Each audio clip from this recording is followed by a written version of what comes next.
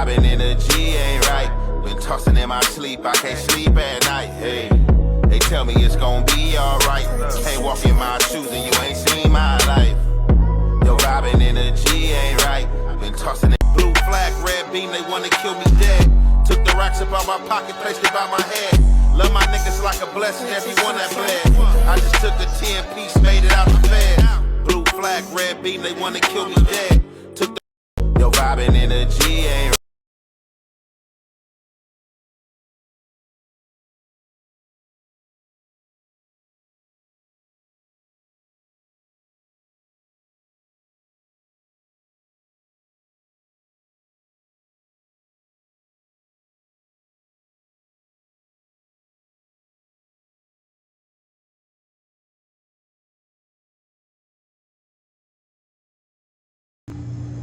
What's the deal? It's your boy Young and Hefe. Don't care about number what the check say.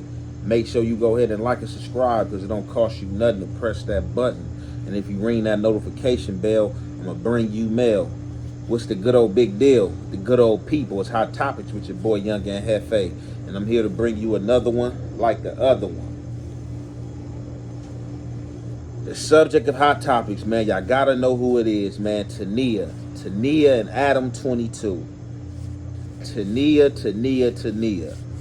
I ain't gonna even lie, man, and this no shot at anybody who ain't dealt with this woman, but whoever got children with this woman, besides the goodness they probably see in their children, this was a regret and a mistake. I know every day they see this woman, they regret and mistake they dealings with her. Because we can choose from 100 names up under the sun to call this broad. But this broad is just off the chain, you know what I'm saying? It's unbelievable. And I just don't know what to say. We're going to get into the content, and you already know, man, it's the Hef effect and the Hef way. We're going to commentate. I'm about to dibble and dabble with both of them, period, just to see what catches. So I'm over here making music with YG, over here in the jacuzzi with Chris Brown. And you're trying to keep it secret?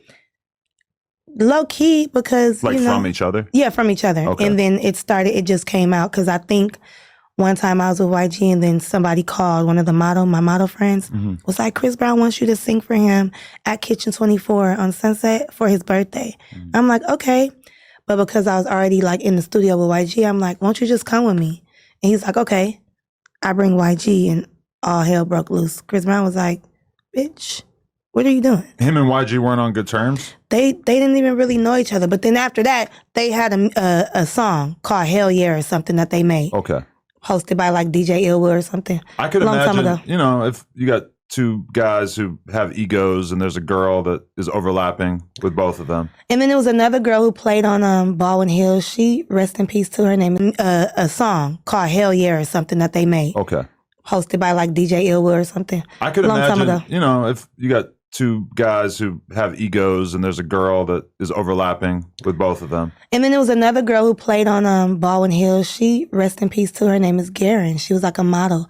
And she ran to YG. And Chris Brown was like, now you got my bitches getting up, running to you? Hell no, Tania, get the f*** out of here. You bringing who up in here? I'm like, you know, the boy that sings Tooted and Booty, you know, he's on the radio right now. I don't give a f***, bitch, I'm Chris Brown. So, but they ended up being cool with each other. You know, it's always bros over hoes, so right, that's true. They ended up. So, okay. All right, right there, man. So it's a whole bunch of jibber jabbers going on, you know, between Tanae and Adam22. So, you know what I'm saying? She gave me y'all her backstory on her time around YG. So, as it's being said, I guess she was messing with some other dude. Really don't care for the name, but she was messing with some other dude. I guess his name was Ace or whatever like that. That's how she got introduced into YG. So she meet YG, you know what I'm saying? She with the squad. She say she ain't doing YG, you know what I'm saying? She doing the homie, but she singing and she around the Tooted and Booted squad. While she around these people, somehow, some way she run into Chris Brown, get introduced to Chris Brown. You know, Chris Brown want to see what that talent about. You know, I know Chris Brown was running her. So, for whatever reasons, you know what I'm saying, she was trying to keep the YG and Chris Brown situation separate. Now, when she was speaking on keeping this situation separate, I thought it was because, you know, YG is known to affiliate with the Treetops, and Chris Brown is known to affiliate with the Fruittown Power Rouge. You know, at that time, you know what I'm saying, I'm pretty sure they was, you know what I'm saying, waist deep or neck deep in the war, you know what I'm saying? So she didn't want to cross those two. But for whatever reason, that wasn't a reason, you know what I'm saying? It was on some industry stuff, you know what I'm saying? Although Chris Brown always been a bigger artist and bigger than YG, you know what I'm saying? And at that time, probably really didn't even know who YG was doing the Tooted and Booted, because even though it did a lot of numbers, you know, he was like really just Cali based at that time. So, however, it comes together, you know what I'm saying? She stopped overthinking shit and take YG on the meeting with her to the little, I don't know, whatever, I don't know if it was to whatever Chris Brown had gave her invitation to. She brought YG. So I guess she said when she bring YG, Chris Brown looking like, man, what you got going on? You feel me? Like, who is this? You know what I'm saying? And then there's other women in there that Chris Brown is dealing with that's like, oh, YG. So Chris really like, man, oh, who is this you brought to my get down? Oh, you know, that's YG. You got the Tootie Booty song, you know what I'm saying? So I guess she said she introduced them to, from her introducing them to, you know what I'm saying? I guess they did some music and things like that or whatnot. You know what I'm saying? So we gonna play the rest of these clips and we gonna get back into it. You know what I'm saying? Y'all already know how Hef do it. If I'm YG and there's gonna be a chick, I'm giving her the opportunity to sing on all my songs, probably there's gonna have to be some neck involved, right? Not necessarily, because I originally met YG through his friend. So the friend took first dibs on me, like, this is my girl. Ah, okay. I'm bringing her into you, YG, so you take care of my girl. Right. That could so stop this narrative. That saved me, and I liked it, because if I was just a random girl that was just necking these niggas off, it would be a tooted and booted type of thing. Mm-hmm. I would be here today and gone tomorrow. Mm. So I'm like, oh yeah, I'm glad I got my position. Like when Ashanti came out, they probably thought she was f***ing Ja Rule. No, she's fucking Irv Gotti, even though he has a wife. But you know, shit like that. So that was my position. But you know, it's the look. All the homies thought, oh yeah, she YG. Mm. So we let them think what they want to think. And never got there. Mm-mm. Okay. That's cool. That's impressive. You must have quite the resolve to turn him down. It was never like, you never got the vibe of like, damn, he's feeling me. Because the relationship with his homie didn't last, right? Right. Right. And then later on, after a while, he ended up signing me to 400 Records. And I'm like, oh, you want me now? What's tea? But I think a lot of people like what I bring to the table. You know, they know if I f this girl, she's a little bit toxic. I'm going to have to be ready for it. But I do want her around. You know, I like her company. I like her talent. I like what she brings to the table. But I don't know, because she be... When you were signed to 400, who else was on the label at that time? Slim, 400. This whole era, Sad Boy Loco and Sad all Boy that Loco. shit, right? Okay. And it was really just us three on the roster. Kamaya came after me because I left. Ah, okay. So when I left, he had to fill in the quotas. And I'm like... I mean, so a lot of people, you feel me, got YG as a body count, you know what I'm saying, contributed to her. It's kind of hard to believe that YG didn't toot and boot that. Definitely doing that tooted and booted stage. Because just the aura she got and just the reputation she got for catching bodies and dealing with different dudes and stuff like that, it's kind of hard not to believe that YG didn't smash or attempt to smash. And I think if he attempted to, he would have succeeded. But from what she said, that wasn't even the case. Like, you know, I was Ace thing. You know, Ace introduced me to him as his main thing. So, you know, YG never, you know, broached on that. You feel me? So it was just like a bro sis kind of situation. You feel me? Or like one of them situations where, like, you know, you be having them vibing bras, you feel me, that you know you wouldn't touch on, but you know you like this, sis.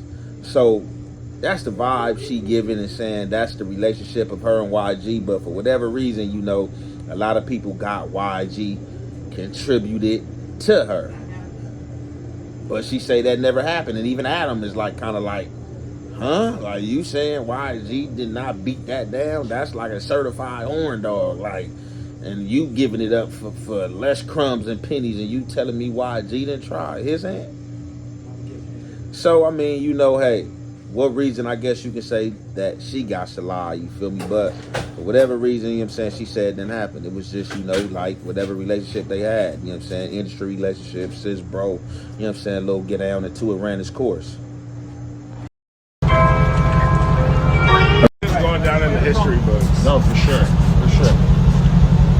Oh my God. I'm a real rapper now. Don't play with me.